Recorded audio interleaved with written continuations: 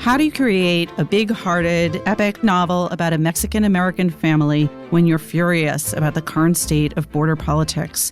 Luis Alberto Urrea will join us to talk about his new novel, The House of Broken Angels. How much have rivers shaped the American landscape? Martin Doyle will join us to talk about his book, The Source. Alexander Alter will give us an update from the publishing world. Plus, we'll talk about what we and the wider world are reading. This is Inside the New York Times Book Review. I'm Pamela Paul. Luis Alberto Urrea joins us from Seattle, where he is on book tour. He is the author of many books, including now his 8th novel, The House of Broken Angels, but also 5 works of nonfiction and 4 books of poetry. Luis, did I miss anything? I don't think so. All right. Well, thank you for being here. Thank you. Your latest novel, The House of Broken Angels, reviewed on our cover by Viet Thanh Nguyen this week in the book review, a glowing review. I understand that this book, which is your 8th novel, is particularly personal. Can you tell us a little bit about the origins of the book? Yeah, it happened, interestingly enough, in the middle of writing a different book. I didn't intend to write this book.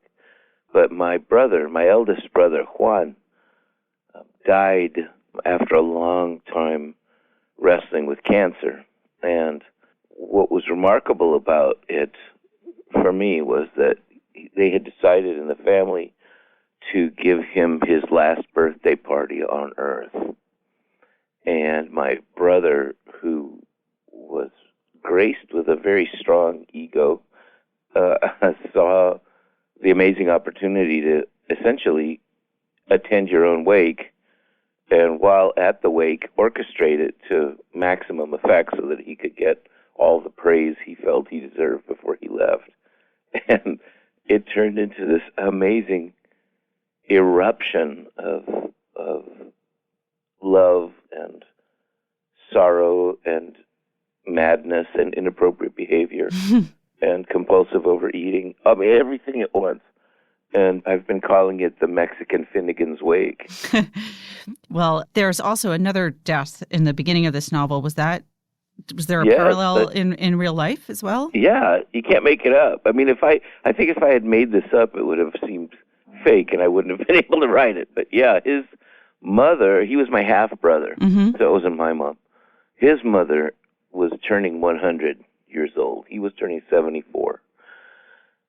And she died the week before his goodbye party, and he was quite irritated. Totally stole the show from him. It was like, Mom, really? and so he buried, I mean, he had the funeral and so forth for her the day before his party.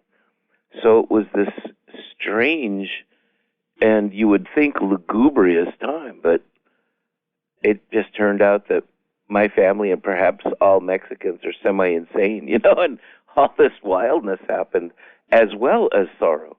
I didn't know what to make of it, and I certainly didn't know how to write it. But later on, of all people, Jim Harrison told me, you better write this book. And, between Jim and my wife, I thought, I better listen to these people and try to write it. Well, I'm glad that we were laughing about these deaths at the beginning of our conversation, because I know it's kind of weird, isn't it? It is kind of weird, but then again, your book is not only sorrowful, but also there's a lot of humor in it. Somebody said, it might have been Viet, I don't know, I don't remember, but somebody who said that it was about the miracle of having been alive more than about dying, and that really made me happy. I hadn't thought of it that way, but I thought, wow, it really is. It sounds kind of cliched to say, well, it's a celebration of life.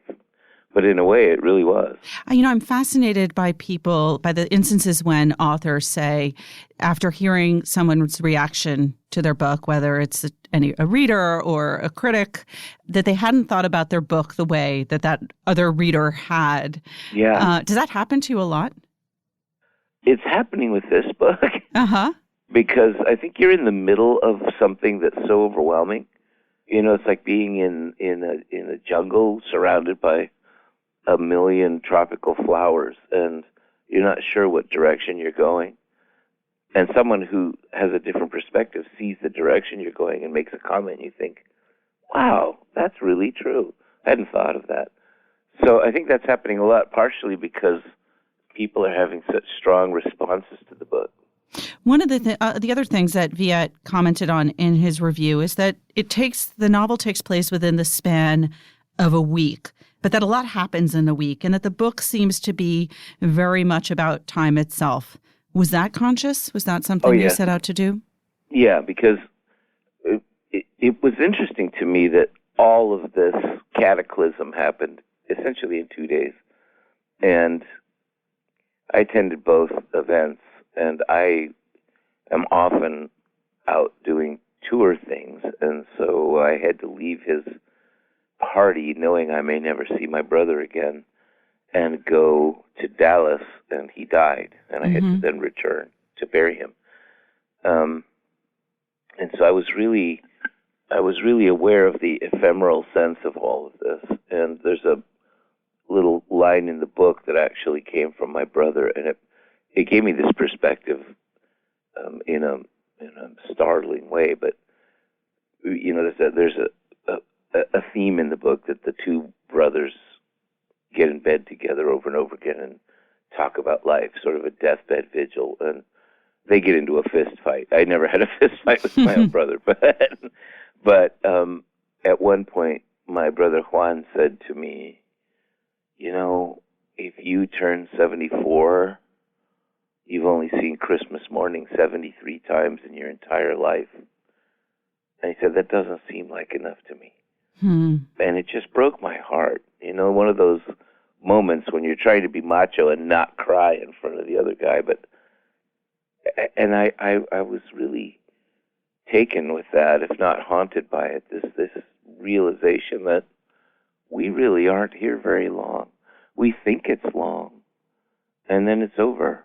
And how do you repair whatever went wrong in life, or that you feel was wrong in life, when you know you have days left? How much can you do? How much can you fix? And I thought that was very deeply about my brother. But I think it made, for me, it was a really intriguing thing to explore in a more fictional context, to try to universalize it, And honestly, I can tell you're the New York Times.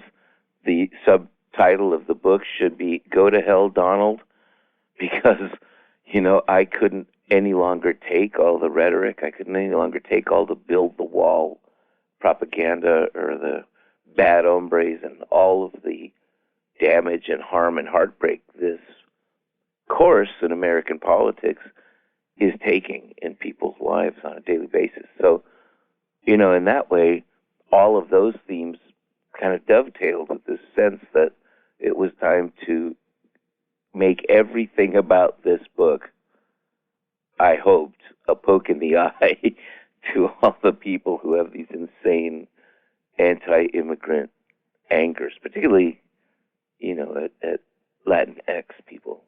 I was going to ask about that, like what the timeline was, because when did you conceive of the novel on that political timeline? Was this, I'm assuming, pre-election, or was it post-election? Was it during the campaign? Yeah, he died 3 years ago. So, we were all keyed up and getting ready for the first woman president. And as I was working on the book and editing and occasionally engaging in hand-to-hand combat with my editor over it, things changed. And, I have to tell you, it's no surprise to any Mexican family that people in this country can be harsh. But when Caesar took over the throne, and it was just, it ratcheted up so much. And I spend much of my year speaking to young immigrant Latino kids. And I've seen them get more frightened, more ashamed, more heartbroken, more wanting to fade into the shadows, more hopeless and small. And there I am talking to them, trying to bring them back up. And I just was more and more angry. How did that affect the novel itself? Because you've written about border politics and nonfiction, and there are the themes, obviously, within your fiction, but how did that change this novel, that anger? Oh, what I didn't want to do is write some screed. Mm-hmm. But I thought, if you're going to really be revolutionary here, if you are really going to stand up, then make this family the family of every American who's foolish enough to read my book. Infect everybody with humanity, and then what? What do you do? Can you sit and laugh with somebody? Can you cry with them? Can you bury them? Can you perhaps enjoy a few naughty scenes with them? Take your clothes off with them? All of these things, can you do that? Honestly, walk away from the table thinking they're subhuman? I don't think you can. And, what I didn't want to do is name he who shall not be named, or point my finger at political parties. Mm-hmm. For example, I am demonstrating my great new maturity as an author by actually having one of the heroes be a Republican. This is a first for me. I've never had a Republican main character in my Was novel. it hard? No, it fit right in. Mm-hmm. But I thought it was kind of funny, that Big Angel's a Republican. Because I thought, okay, we can be tweaked too. I understand. I have my prejudices. Mm-hmm. And I thought it'd be good for my side to say, yeah, I forgot. My dad was a Republican. He was a good man. You know what I mean? Mm-hmm. It's not all the toxic insanity that we've reached now. So that kind of worked. But I thought the entire presence of this book might. I don't want to sound messianic. I wasn't, hoping to heal the nation or something. Mm-hmm. But I thought that it would be kind of a bit of a splinter under the skin. And one thing I wanted to do consciously was, occasionally, out of the blue, there's a discordant, shocking reminder that here are these Americans leading their lives, have been working 65, 70 years in this country. The kids basically don't really speak Spanish. They're American kids. There are PhDs in the family. There are working people. Yeah, there are a couple of bad hombres in it, like any family. There are moms. There are Samoans. There are all these people in this Mexican family, just like any American family. But once in a while, someone holds up a sign to them. Build the wall. They'll be buying a cake in Target, and someone joyously comes up to them and tells them the president's going to throw you out of our country. And I wanted those moments to be a bit of a shock to the reader, because I hope, embroiled in the daily life and romance and sorrow and all the gossip and absurdity of a family, and then somebody suddenly shows up out of the blue and says, "We don't want you." Do you think of The House of Broken Angels as a Mexican-American novel or an American novel? It's The Godfather. Mm-hmm. It's Call It Sleep, or any number of. I think of it as an American novel, but I'm seeing droves of Mexican and Latino people coming and crying, and that's amazing. I don't know. I don't really know how to respond to it, except just I'm hugging a lot of people. You mean coming to your readings while you're on tour? Oh, that's amazing. Oh, yeah. Every night, my jacket smells like 14 perfumes and 7 aftershaves. People want hugs and are hugging and crying, and that makes me so happy. Is that you think about them seeing their stories, their humanity reflected in this novel? Oh, yeah. Yeah, exactly.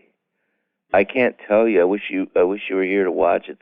It's such a beautiful thing for me. And a couple of nights ago, I'm on one of those tours where we're in a city a day. My wife and I are doing it together because I don't think I can do it anymore, but on my own. But some days you wake up and think, where am I? I don't remember where I'm at. But a couple of nights ago, we were in San Diego, my home base, and my brother Juan's family and my siblings came. And it's a bit terrifying writing something like this because you don't want to overstep your bounds, misrepresent people, but you're also trying to make them understand how fiction works and that it's fiction inspired by, but it's not all those things, it's not you, it's about us, sort of. And they didn't care. They were all claiming the characters for themselves, and my brother's widow came for the first time she's ever come to a reading. And they could not believe. My nephew said to me, I can't believe all these Americans love my dad so much. And I can't believe that they love us. He's like, Tio, these people love our family. And I said, yeah, actually, yes, it does. And then, of course, he told me what movie star should play him in the movie.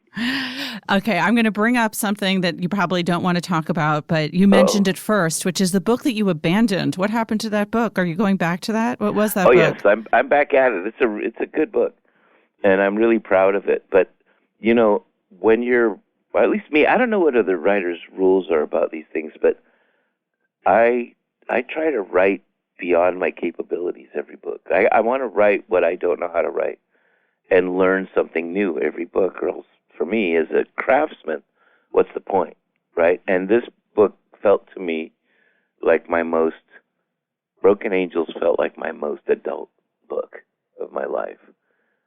And it was a great gift to me, even though it was painful to write, because going back to my other book, it has a whole new light shed on what I'm trying to write about. So I'm back at that. That's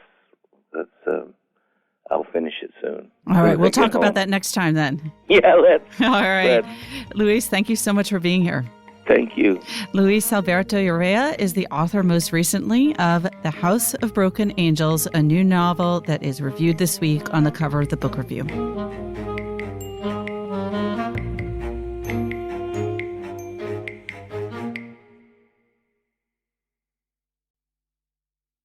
Martin Doyle joins us from Durham, North Carolina. He is the director of the Water Policy Program at the Nicholas Institute for Environmental Policy Solutions and a professor of river science and policy at Duke University, as well as the author of a new book, The Source: How Rivers Made America and America Remade Its Rivers. Martin, thank you for being here. It's great to be here. So I'm very interested in the idea of a professor of river science and policy, as well as your other job at the Water Policy Program. Can you kind of explain what it is that you do in your day job apart from this? Yeah, I have the best job that was ever invented. I teach river science to students. I come out of a training in civil engineering and geology. My main discipline is hydrology, so the study of water and water science. And in my case, I specifically focus on river science. And then over the course of my career, I've moved from river science and increasingly included things like economics and policy, and then in this case, history as well. So the subtitle of your book makes a large claim, which is that rivers made America and America has remade its rivers. To what extent did rivers shape America is the kind of obvious question.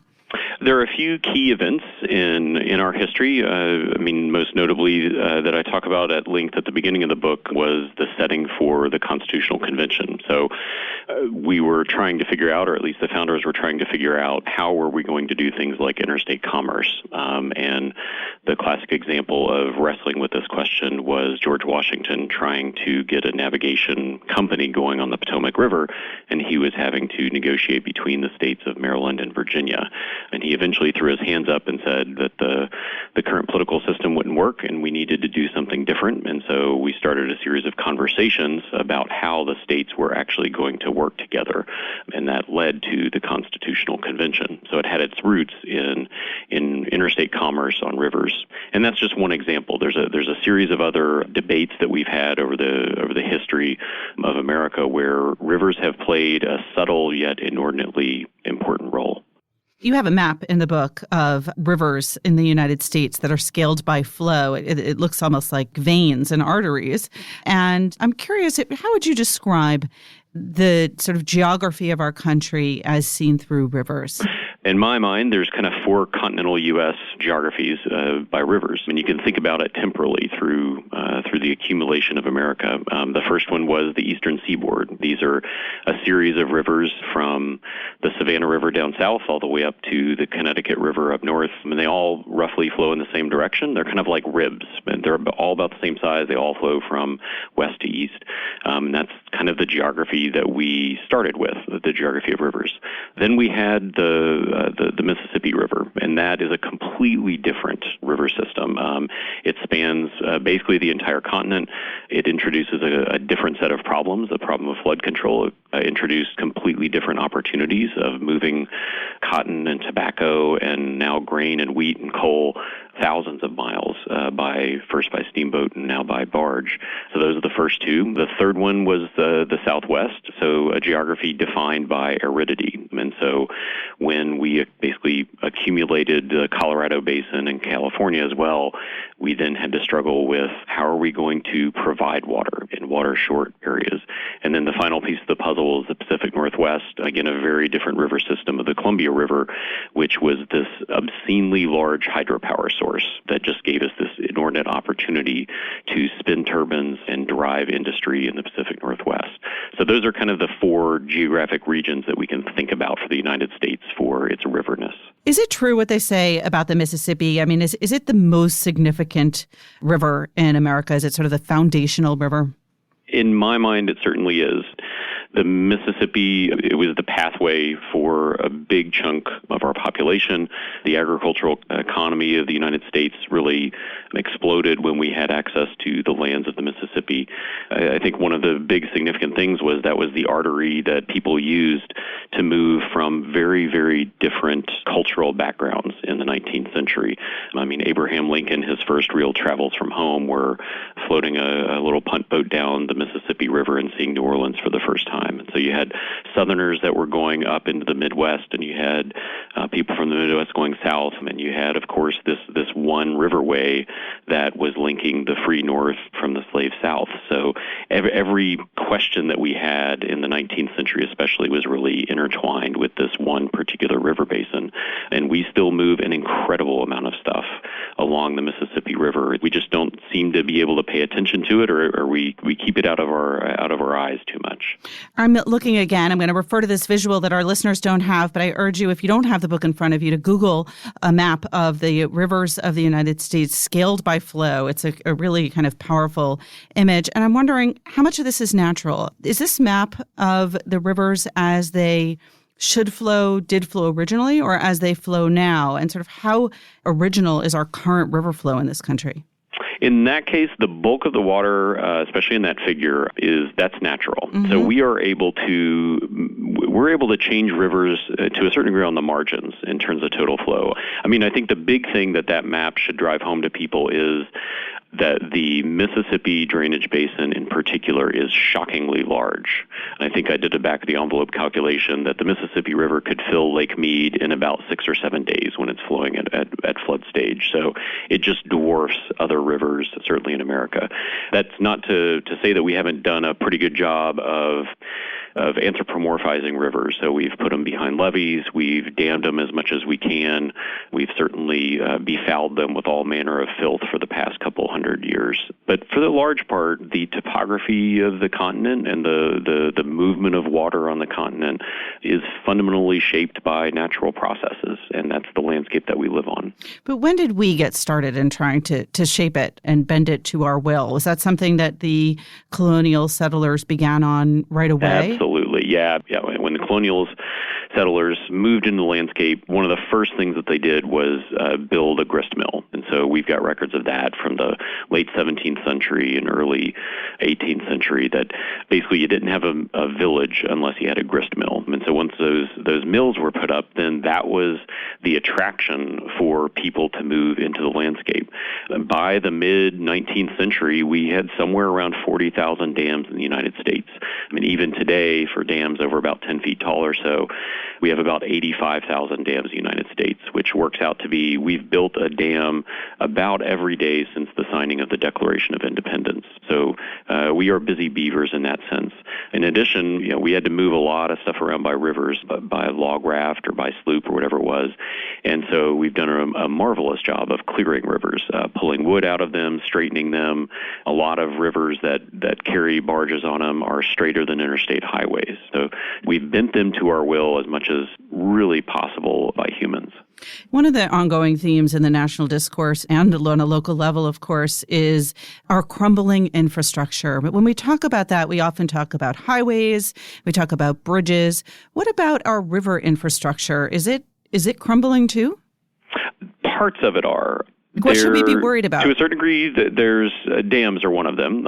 So not the big dams, certainly not like Hoover or Grand Coulee or something like that. The State Dam Safety Office and the Bureau of Reclamation, the Corps of Engineers, along with TVA and the other state agencies, do a fantastic job of being very, very careful about inspecting these. Now, that doesn't mean that there are events that cause a lot of concern and really raise this to the forefront. The spillway collapse at Oroville Dam last year in California really raised the profile that we need to be keeping an eye on these, and we need to be honest about this. I think the one that people need to be more aware of, and that our government needs to be more aware of, and where crumbling may actually be an accurate metaphor, is the condition of our levees, especially some of our agricultural levees. And these are areas that protect enormous swaths of land and protect a lot of farms, and in some cases some towns and cities. And this is really difficult infrastructure to continue to finance and to continue to get the necessary attention on. The other big infrastructure that we really haven't been investing in at the scale that's needed is the simple infrastructure of locks and dams. So moving commodities between the Mississippi Basin and the Great Lakes, so along the Illinois River and on the upper Mississippi, and especially along the Ohio River, requires moving things on locks and dams. And those have been largely under-resourced for several decades. And that's starting to increase the cost of moving some of the most important commodities around the United States. But so what if we did nothing about this? Sort of, what's the worst thing that could happen? Katrina. The population of the United States lives preferentially towards water, whether that's coastal water or whether that's towards rivers. So if you look at the major cities of the United States, they tend to be located near rivers. And if we don't do anything, a large portion of our population is in hazardous areas. And doing nothing in a single year is always going to be a tempting thing, but doing nothing just increases the risk that the United States is facing, especially those riverfront cities. The other major issue that I think people think about when they think about rivers and problems is pollution. How polluted are America's rivers now? So Cuyahoga River is always held up, and rightfully so, and I think that's in two real good ways. So it was just a nasty river in the 50s and 60s especially, and the Cuyahoga River is a legitimately nice river now. And I think that one of the key things that we've done is the environmental regulations of the 60s and 70s have been effective. They have legitimately improved the quality of the environment, particularly for rivers. I think what we're worried about now, or at least aware of, is the decline of ecosystems, so natural ecosystems, endangered species, and things like that, and also emerging contaminants, things that we don't quite understand what the implications of some of these things being in the environment are. So whether these are pesticides and herbicides that we're starting to understand how they behave in the environment. Nanomaterials are one of the big things that we're just now manufacturing at a very large scale, and we're starting to understand how they move around in the environment. And so the more disconcerting thing to me is that rivers might look good, but the pollution there is particularly subtle, and I think Flint, Michigan is the best example of this, that it's when things look fine but are actually not at all fine that we get these massive types of events like Flint, Michigan. The other contemporary hobgoblin that you hear a lot about, but mostly in terms of lakes, it seems, is invasive species, like the Asian carp taking over many of the lakes in America. Are invasive species also infiltrating our river systems? Indeed, yeah. The two big ones, the zebra mussel in the northeastern United States, it's a staggering species. Its ability to move into areas and take over areas is just shocking. And then the Asian carp is just it's a humorous creature to encounter. So my brother is also he's a river scientist on the Missouri River, and when he and I go up and down the Missouri River for his work, you have to keep your head down to dodge Asian carp that are jumping around the boat. These are changes to our river systems that we're just starting to understand the large scale and continental scale impact of some of these species moving into these areas. Right now, I'm a little curious about your family. Is everyone involved in rivers and sort of Absolutely. It's a family concern. Yeah, it is. I mean, my earliest memories are on the Buffalo River in Arkansas, and we grew up a big chunk of my time in the Deep South. I went away to do river science and kept at it, and my brother went away to do river science, and he's on the Missouri River. It's kind of a family endeavor, and I'm hopeful that my kids will do it as well, because so far I've given them no option but to spend their childhood on rivers. All right, final question. Looking towards the future, our current president, two things, for better or for worse, that he has been making big changes on or not. One, he has sort of declared infrastructure to be a major priority of his administration. And then secondly, he has rolled back many of those environmental, or attempting to roll back many of those environmental programs of the 60s and 70s that you said were successful. So I'm curious what you see looking at these two different areas that the current administration's policies are developing on. How do you see that affecting the future of America's rivers? Putting this into historical context, the big debate, always the big debate in America is going to be federalism, and in putting this into context of federalism over time, the early 20th century was one where local governments did all the spending on infrastructure, then state governments did a lot of the spending on infrastructure, and then after the Depression and World War II, the federal government became the main fiscal source for infrastructure spending. That started to turn a little bit in the 80s and 90s, and I think what we're seeing now with the Trump administration's infrastructure plan that came out about a month ago was that the responsibility for infrastructure spending is going to fall on the state and local governments. Mm-hmm. That's the infrastructure plan essentially put in writing. Whether or not that's good, I think that it's a reality of the momentum or trajectory that we've been on for 30 or 40 years. I think that it does leave very significant aspects of infrastructure unaddressed, in particular locks and dams, levees, and big federal infrastructure. Basically, the federal government has built those and has a commitment to continue resourcing those. And the infrastructure plan, as I read it, doesn't address that shortfall. With regard to the environmental protections, I've got really mixed feelings on this one, because I think that we are living with the benefits of strong federal enforcement of regulations. But I think that the current administration and Scott Pruitt at EPA has actually been very mindful and thoughtful about what they think the EPA should be doing. And specifically, as I understand it, Pruitt has been marshaling resources towards the public health mission of EPA rather than the ecosystem protection mission of EPA.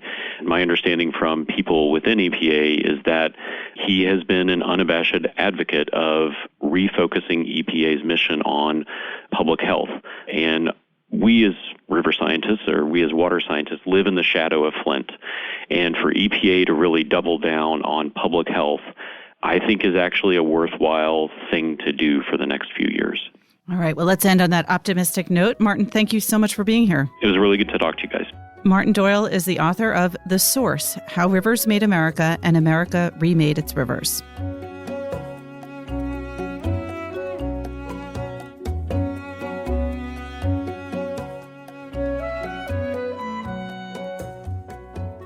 Alexandra Alter joins us now with news from the publishing world. Hi, Alexandra. Hi, Pamela. What's new this week? So I thought this week we could talk about the Runaway Bunny bestseller that has taken the publishing world by storm. Yes, it's appropriate. Easter is coming. This book has been just a phenomenon. Of course, I'm talking about John Oliver's parody book, A Day in the Life of Marlon Bundo, which is based on a day in the life of the of the Pence family, Vice President Mike Pence's family bunny, whose name is Marlon Bundo. And this book has just sold an incredible amount. I mean, it sold an astonishing number in the first couple days, and the publisher, Chronicle, is now reprinting 400,000 copies. I can't remember the last time a picture book sold like this. Obviously, it's the political moment that we're in, that we would have dueling partisan bunny books. Of course, the timing was particular to the Pence family releasing their own version of a picture book about their bunny, which was written by Charlotte Pence, his daughter, and illustrated by Karen Pence, the vice president's wife. And it's a much more sort of sober and reverent look at the vice presidency through the eyes of his bunny. And it's written in these kind of old-fashioned rhymes with these watercolor-type illustrations. And that's published by Regnery? I believe so, yeah. The John Oliver book, perhaps not surprisingly given his TV platform, is vastly outselling the Pence book. And, it's a boon for booksellers. And both authors say they're donating the proceeds from the books to charity. So it's all for a good cause, and it's all getting people reading. But it's really been, I think, the surprise bestseller of the year so far, I suppose, after Fire and Fury by Michael Wolff. It was also interesting that there was this controversy because of the timing, because of the fact that John Oliver wanted only to announce it on the show. They didn't ship any books to bookstores, so they announced it on a Sunday, and for Sunday and Monday and Tuesday, there were no physical, like the first week, they didn't have physical copies of the books in indie stores. That's right, and independent stores were rightfully outraged by this because they were cut out of the first big rush of sales, which was tremendous. I think they sold nearly 200,000 copies in the first couple of days. And one of the reasons that Chronicle and John Oliver gave for doing this was that they wanted it to be a surprise. And so they wanted to have all the copies locked down somewhere and to just sort of pop up on the internet. An independent sort of response to that was, we handle confidential embargoed books all the time. We're certainly capable of keeping a secret, until hiding a bunny book. Exactly. If we could hide that Harper Lee, we can handle a bunny. If we could keep Harry Potter, locked up in our storerooms, we could certainly handle this bunny book. But that was a bit of a controversy. And now independents have copies, and everyone seems to be benefiting from the really enormous interest around this book. But yeah, that was an interesting sort of kerfuffle that they had. But everyone is made up in time for Easter. It seems like it, yeah. And I think there's maybe a few more mysteries surrounding the book. I don't think we know who the illustrator is. That's something that's anonymous. I was talking to Maria Russo, our children's book editor, and she was sort of trying to reverse engineer in her mind, do sort of the forensics, looking at the type of illustration and sort of trying to figure out who it might be. So that's an interesting question as well. Well, it's also interesting that it actually taps into another trend, which is sort of same-sex relationships in picture books, which Absolutely. is also beginning to bubble up. So yeah, it is. This time, gay bunnies. I don't know what the next, What the next trend will be. It's true. I did give it a test drive with my 5 and 7-year-old, and they thought it was very amusing. Positive reviews. My kids loved the idea. They have not yet read the book itself because it's like a hard to find item. It's even here in the book review. We only have one copy we're fighting over. All right. Thanks, Alexandra. Thanks for having me.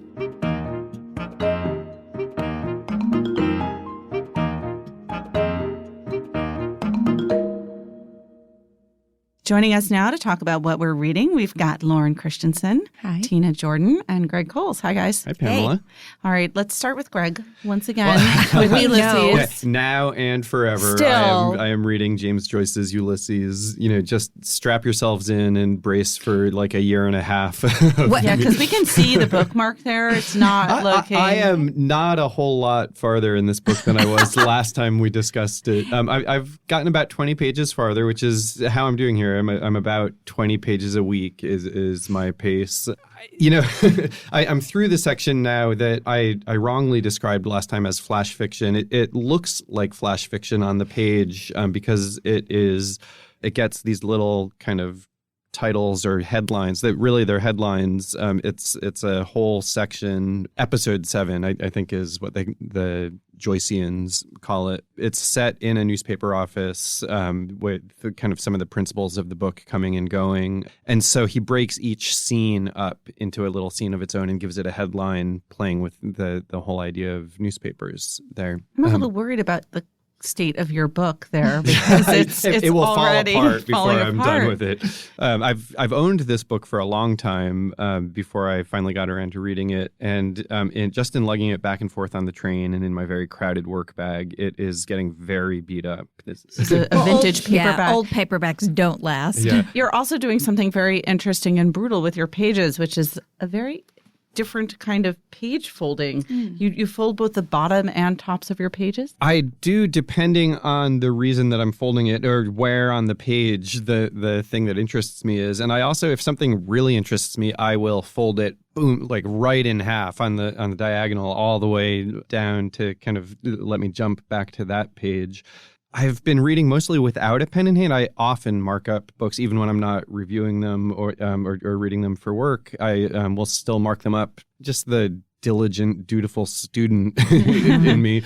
So I'm still taking notes. I haven't been doing that with this, so I really want to go back to my dog years and make marginalia kind of after the fact. And figure out what it was that I was turning down. In this last section, I'm going to spare listeners from discussing kind of page by page what I've been reading, 20 pages at a time in James Joyce's Ulysses.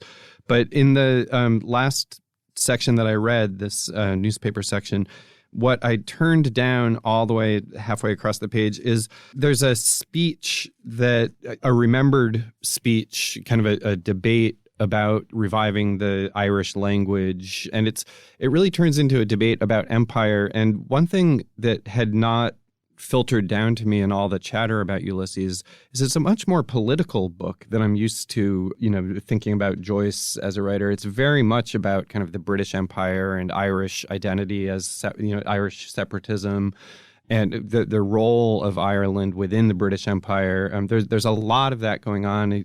Sometimes very funny. At the very beginning of the book, one of the pages that I turned down is a British person apologizing to the Irish, saying, we've treated you horribly. And he says something like, I understand history is to blame. There's the very kind of wry moment.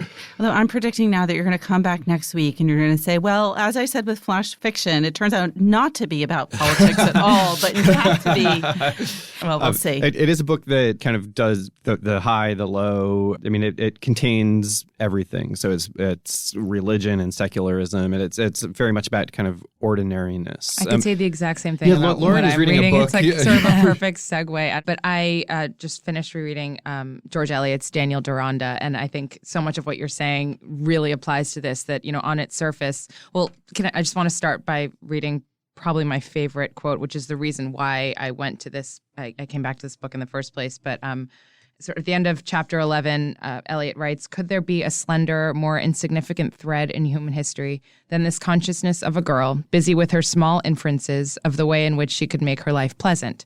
And then a few lines later, she ends the chapter, in these delicate vessels, meaning the girls, is born onward through the ages the treasure of human affections. And Henry James famously quotes this line in his preface to Portrait of a Lady, and it always really struck me. And so I wanted to go back and read the whole book. And it just speaks so powerfully to me about, what the project of a novel is. Is it necessarily to tell this huge plot-driven story of incident? Not necessarily. You can read a book in which nothing really objectively happens, and it's all the more sort of empathetic and meaningful to you. And so on the surface, Daniel Deronda, the title character, the arc of his story is really a process of sort of coming to terms with this new cultural identity that he didn't know was his from birth. And so that incorporates, religious implications and social history and racial interactions and complications.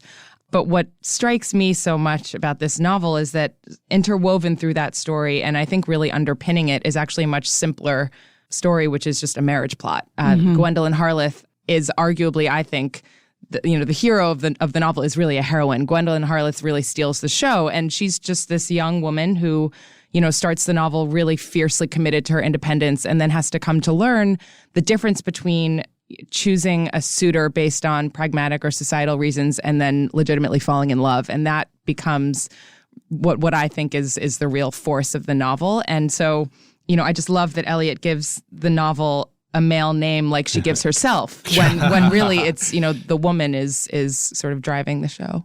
Does that open with Gwendolyn gambling? Yes. Am I misremembering? And the first line is like something like, was she beautiful or not beautiful? It's Daniel gazing at her. And so it's this really interesting opening scene that focuses on a woman from the male gaze and focusing only on her surface. But, it sort of begs then, 900 pages later, you realize it's a very different story. I have to ask, do you prefer this to Middlemarch? That is a really tough question. I wrote my dissertation on Middlemarch. I think there's so much more academically to unpack in Middlemarch. It's much more, to me, laborious a read. It's whereas this just moved like a, page, like a romantic page turner for me, which is sort of I guess an anomaly in Eliot's work, but it's apples and oranges. Don't ask me to choose between my children. I can't remember either if George Eliot became interested in the Jews before she wrote this novel or sort of through the course of this novel and then taught herself Hebrew while she was working on this? Or did that proceed? That's her whole thing, right? I mean, she was entirely self-taught in everything from religion to science to philosophy. All of the epigraphs to the chapters, it's like it looks like she's quoting some expert, but most of them are written by her. And so she's just this incredibly self-taught woman and a true visionary, and I think really the first real feminist. Tina, I know you're reading something a little bit more contemporary. Well, I usually hold up the lighter end of things here, as everyone who listens to I'm the going to take it lower than you, so don't worry. Than me? Okay, fine. So I'm taking a break from my funny reading. I don't know if you know this, Lauren, but last January I made this commitment to start reading funny books, both novels and nonfiction. And I put out a call on Twitter for people to recommend to me their favorite funny books, and people responded. And I have spent the year reading things which probably I should have already read and hadn't, just to get out of myself a little. I read all of Barbara Pym, for example. Sounds like a good matchbook. Yeah, right? So this book that I'm reading this week, which is called The Italian Party by Christina Lynch, is just now out. And I fully confess I picked it up because of the cover, which is a vintage shot of a 50s couple on a scooter in an Italian plaza. It almost looks like Cary Grant and Audrey Hepburn. It does. Roman it does. Holiday. The woman's got on a scarf and the cat eye glasses and the kitten-heeled shoes, and the man has on the dark glasses and the suit. And in fact, it's so funny you say that because I'm imagining this as a movie in my head as I read, and I'm imagining Audrey Hepburn as the character. And I'm only about halfway through, but the plot's quite simple. A young couple arrives in Siena, Italy, 1956. The wife assumes her husband is a salesman. He's not. He's actually a CIA operative whose job is monitoring local mayoral elections in that part of Italy because communism is on the rise. And everybody has secrets from everybody else. The wife has a big secret. The husband has an even bigger secret.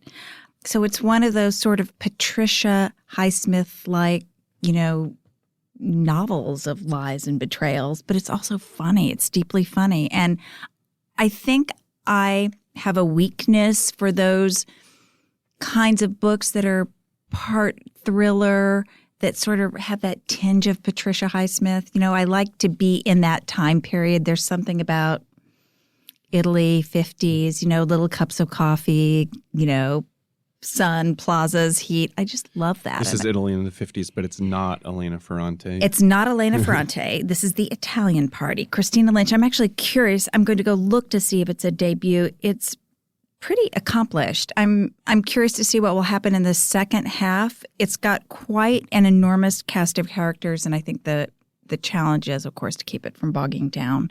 But I'm loving it so far. The Italian Party by Christina Lynch. Pamela, you said you were going to take us even lower. I am. So the book that I'm reading for pleasure continues to be Wilkie Collins' The Moonstone, and I'm about halfway through that. And then I picked up a book that I sort of thought would be not for pleasure, would be like the anti-pleasure, because it is I think it's been a contentious book. It's an angry book. It's sort of inherent in the subject and the title, Fire and Fury by Michael Wolff. And this was a book that I thought that I could just read around. So that's why I'm reading it at this late date. I figured I read the Hollywood Reporter excerpt. I read the New York Magazine excerpt. I had read about this book a lot, and therefore I didn't need to read it. But the sales have been so overwhelming, and there are so many people that have read it, that I thought maybe it actually is a book that you have to read. And I have to say that it is, despite everything that you might think would make it not fun to read, it's kind of an enjoyable book to read. And there are certain passages, what's gotten a lot of attention has been all of the, the gaffes, the things that people have said, the incredible revelations. But to my mind, that I already knew going in. To my mind, there's some things there's ways in which the author, Michael Wolff, synthesizes information that's very persuasive and very effective. So I'll just read one passage. And this is in a chapter about the competing agenda of three of President Trump's closest advisors at the beginning of his administration, Reince Priebus, Steve Bannon, and Jared Kushner. He writes, each man had, in his own astute fashion, found his own way to appeal to the president and to communicate with him. Bannon offered a rousing use show of force. Priebus offered flattery from the congressional leadership. Kushner offered the approval of a blue-chip businessman. So strong were these particular appeals that the president typically preferred not to distinguish among them. They were all exactly what he wanted from the presidency, and he didn't understand why he couldn't have them all. He wanted to break things. He wanted a Republican Congress to give him bills to sign, and he wanted the love and respect of New York mockers and socialites. Some inside the White House perceived that Bannon's EOs, executive orders, were meant to be a workaround in response to Priebus's courtship of the party, and that Kushner's CEOs were appalled by Bannon's EOs and resistant to much of the Republican agenda. But if the president understood this, it did not particularly trouble him. And there's just a lot in that one paragraph that you're like, yes. This actually completely sort of condenses and crystallizes what was going on. A lot of cross currents. Yeah, in the White House at that time. So thank you for the beep too, Savannah. Yes, I do all my own beeping out. This is to save our excellent producer, Pedro Rafael Rosado, who has plenty of work to do as it is. Just one thing more to do. All right. Thanks, guys. Thanks, Pamela. Remember, there's more at nytimes.com/books, and you can always write to us at books@nytimes.com. Inside the New York Times Book Review is produced by Pedro Rosado from Headstepper Media. Thanks for listening. For the New York Times, I'm Pamela Paul.